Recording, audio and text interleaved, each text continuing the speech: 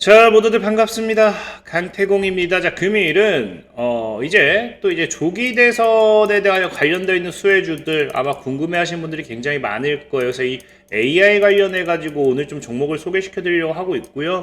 왜 5월 달에는 우리가 조기 대선을 봐야 되는지에 대한 부분을 또 방송을 통해서 이야기해 보려고 하니까 방송 전 늘 말씀드리는 여러분들의 좋아요, 구독하기, 댓글까지는 너무나 많은 힘이 된다 말씀드리면서 오늘 방송 시작해 보도록 하겠습니다. 자, 일단은 뉴욕 증시를 먼저 보면서 우리나라 증시까지도 한번 넘어가 보도록 할게요. 일단 뉴욕 증시 같은 경우는 재미없는 시장의 연속이었습니다. 지난밤 보다시피 거의 보합 구간이다라 보시면 좋겠죠. 마이크로소프트라든지 애플, 엔비디아, 테슬라 전체적으로 모든 업종들이 보면은 큰 상승도 나오지 않고 큰 하락도 나오지 않아요. 그러니까 사실 이게 보합이다라고 해서 그래도 양호하네라고 생각할 수도 있겠지만 굉장히 이게 뭐예요? 지금 눈치를 보고 있는 불안정한 장세라는 거예요.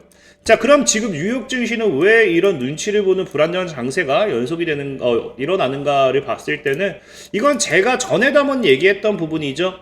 이제 미국과 중국의 이제 관세 협상이 공회전입니다. 그러니까 제대로 진행이 되지 않는다라는 내용의 그런 뉘앙스겠죠. 실질적으로 이제 벤센트 미국 재무부 장관이 뭐라고 하느냐? 이제 무역 협상이 공회전하고 있다. 그래서 중국과 관련해서는 어떻게 될지 두고 봐야 한다라고 이야기를 하는데 사실 이게 이 발언으로 인해서 사실 지금 뭐가 또 생겨요? 불신이 생겼다는 거, 불신이. 제가 예전에도 얘기했지만 미국은 지속적으로 뭐라고 합니까? 미국은 우리가 긍정적으로 협상 중이다. 중국은 뭐예요? 사실 무근이라는 거예요. 그래서 실질적으로 중국과 무역 협상을 미국만 진행하고 있다라고 이야기하니 시장에서는 굉장히 할 수밖에 없다. 불안정할 수밖에 없다라는 겁니다. 이거 마치 우리가 좀 비유하자면은 이제 친구끼리 싸웠는데 화해를 안 했습니다. 제가 일방적으로 맞았어요. 일방적으로 맞았고 화해를 하지 않았지만 뭐예요? 화해했다라고 하면서 한다? 그냥 우리 화해했어요. 이게 화해한 게 아니잖아요. 그것처럼 지금 미국 같은 경우도 중국과 일방적으로 무역 협상 중이라고 하는데 중국은 하고 있다?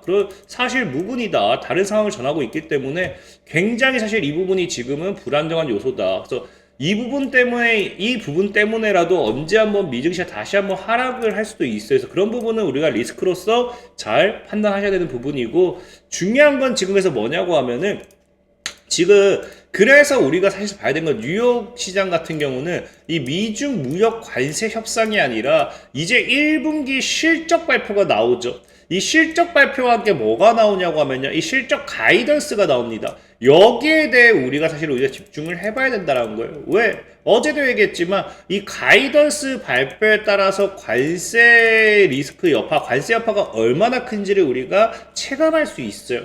그래서 생각보다 이 관세 여파가 크지 않다라고 하면은 사실상 미중 협상, 미중 관세 전쟁이 제대로 본격적으로 더 심화가 된다 하더라도 크게 무너져야 될 이유는 없다라는 거예요. 그렇기 때문에 사실 이 가이던스를 통해서 관세에 대한 리스크, 관세에 대한 부분이 앞으로 실적에 얼마나 영향을 끼칠지, 실질적으로 기업들이 이런 관세 전쟁으로 인해 가지고 실적을 하향 조정하고 있잖아요. 그런 것들이 얼마나 피해를 입힐지 그런 부분이 좀 집중을 해봐야 되는 부분이다라고 보시면 좋고, 우리나라 같은 경우는 그런 와중에 지금 하고 있다? 상승 마감을 많이 해줬어요. 사실 0.65%. 미국이 저렇게 보합권인데 0.65% 장중에 거의 1%죠? 라고 하면은 꽤나 큰 폭의 상승세를 보였다라고 할 수 있습니다. 특히나 지금 시장 자체도 상승 흐름을 포지션을 타고 있는 부분 굉장히 긍정적이다.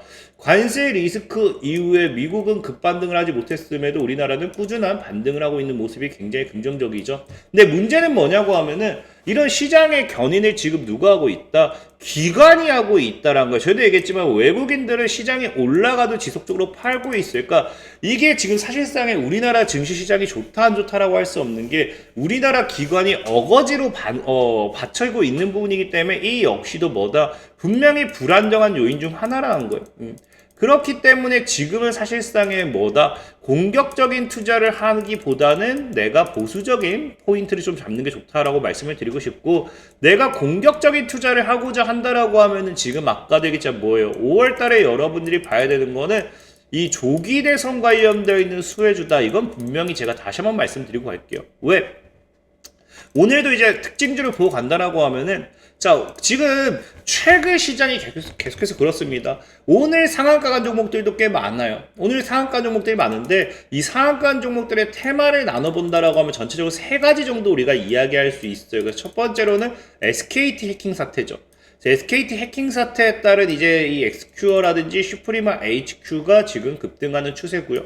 이제 먹는 비만약의 또 시대가 온다라고 하면서 큐라티스 역시도 또 강한 상승 보여주고 있습니다. 조기 대선 관련되어 있는 수혜주로서 데오특스 광과 데오특스 우, 그 다음에 이제 에르코스라는 종목도 움직여주는 추세라는 거예요.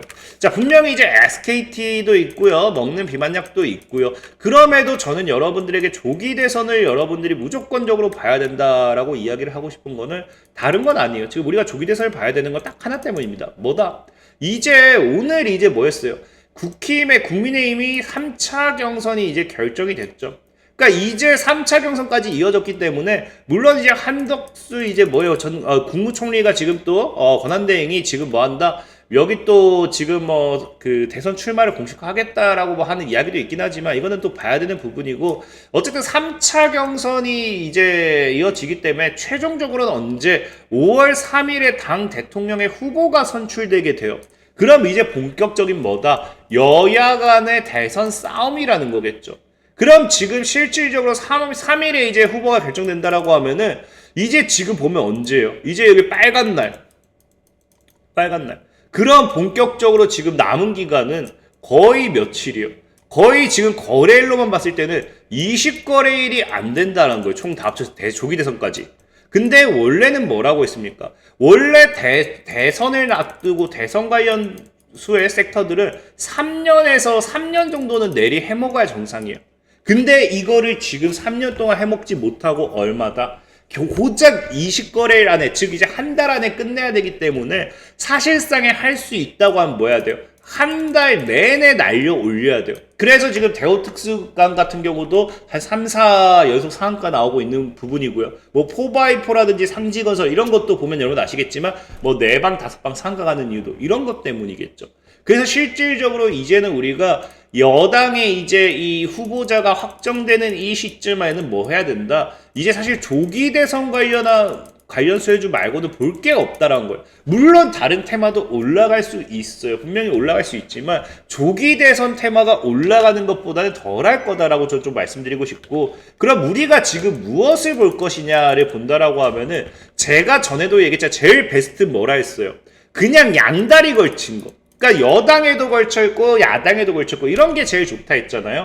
그래서 제가 그 대표적인 수혜주가 원래는 저출산과 뭐라 했습니까? 저출산과 일자리라고 말씀드렸죠.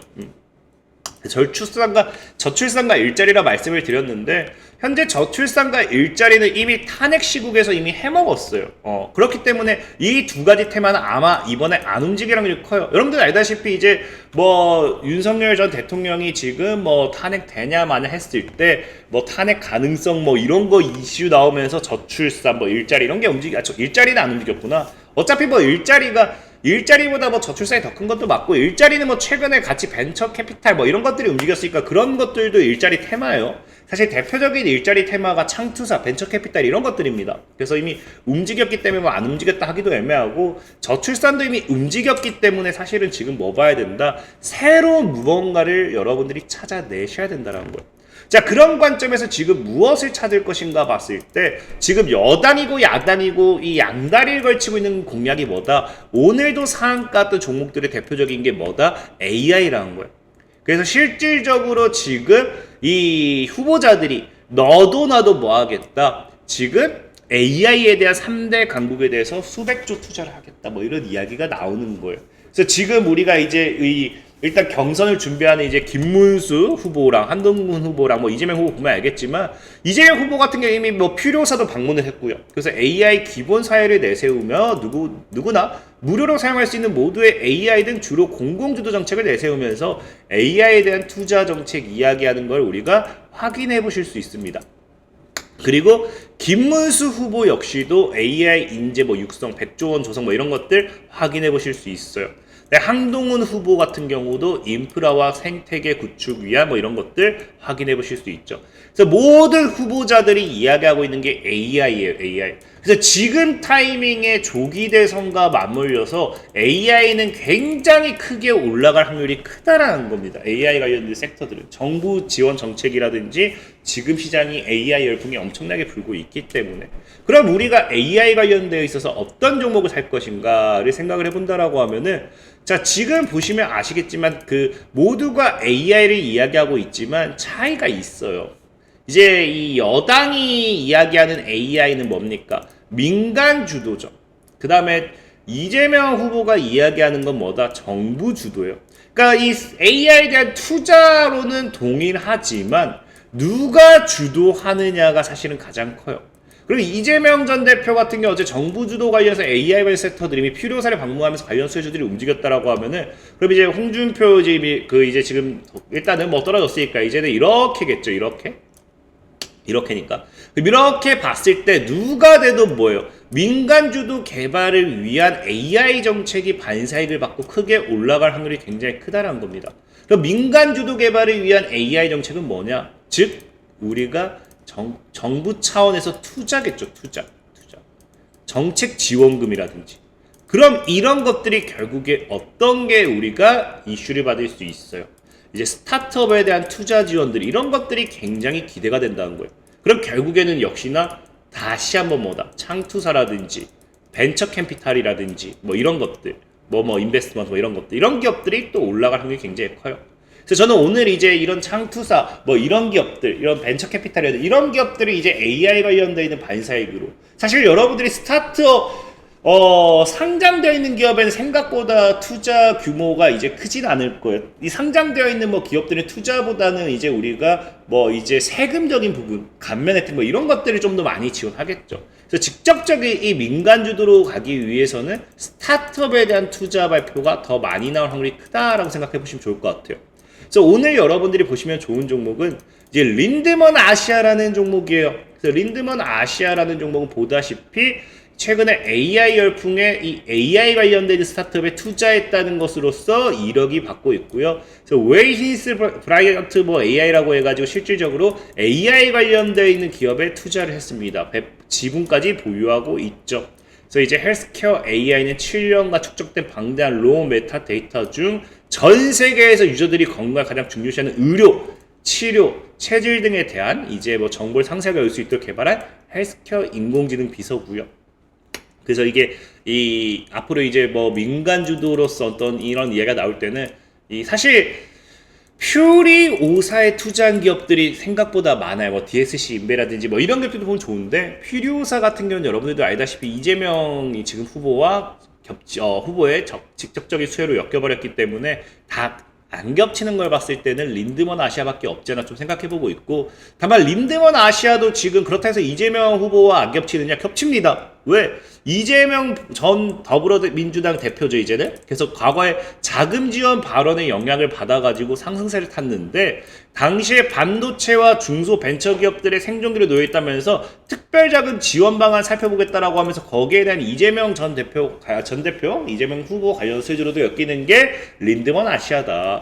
지금 차트적으로 봤을 때도 굉장히 메리트 있습니다. 현재 구간에서 지금 상장 이후에 지속적으로 박스권을 만들어 놨죠. 이번에 정말 정부 정책으로 또 엮여주면서 8천을 돌파했을 때는 신고가 패턴까지도 노려볼 수 있다 라고 말씀드리면서 린드먼 아시아 여러분들에게 소개시켜 드리도록 하겠습니다. 자, 지금까지 강태공이었고요. 여러분들 좋아요, 구독하기, 댓글까지는 너무나 많은 힘이 된다 말씀드리면서 자, 모두들 안녕.